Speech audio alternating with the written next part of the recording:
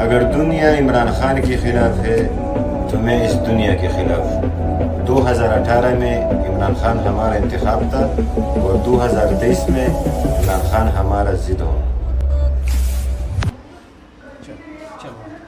جی ناظرین، آپ نے یہ سٹوری دیکھی، یہ ڈوکسو کا واقعہ ہے. اور گزشتہ روز جب شہباز شریف صاحب نے حلف لے لیا اور عمران خان صاحب گھر چلے گئے، یہ بہت زیادہ جذباتی ہو گئے تھے اور یہ عمران خان صاحب کے حق میں نعرے لگا رہے تھے اور ان کے والد صاحب کو یہ بات جو ہے ناگوار گزری. اور اچھا ایک بات مجھے یہ بتا دیں کہ جیسے آپ کہہ رہے تھے کہ چھری سے، تو کیا چھری ان کا کام ہی چھری سے ریلیٹ ہے یا وہ کرتے کیا ہیں؟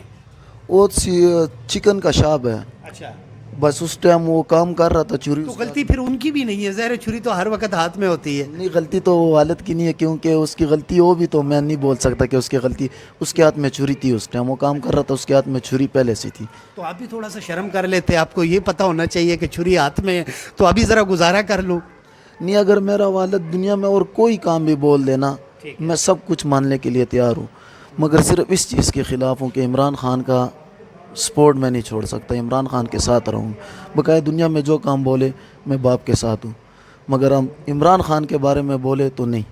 اگر وہ بولیں کہ عمران خان کے خلاف نعرے لگائیں تو والد صاحب کی بات نہیں مانیں گے؟ نہیں مانوں گا، یہ بات نہیں مانوں گا.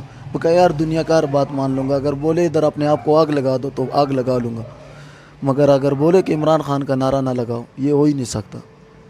ناظرین، یہ دو کارکن سے آپ مل چکے ہوں گے جو پی ٹی آئی اور عمران خان پر جان نچھاور کرنے سے گریز نہیں کرتے.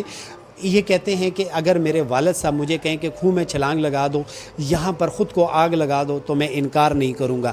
لیکن اگر مجھے میرے والد صاحب کہیں گے کہ عمران خان کے خلاف نعرہ لگا لو تو یہ میں کبھی بھی نہیں کر سکتا. میں والد صاحب کی اس بات کو نہیں مانوں گا.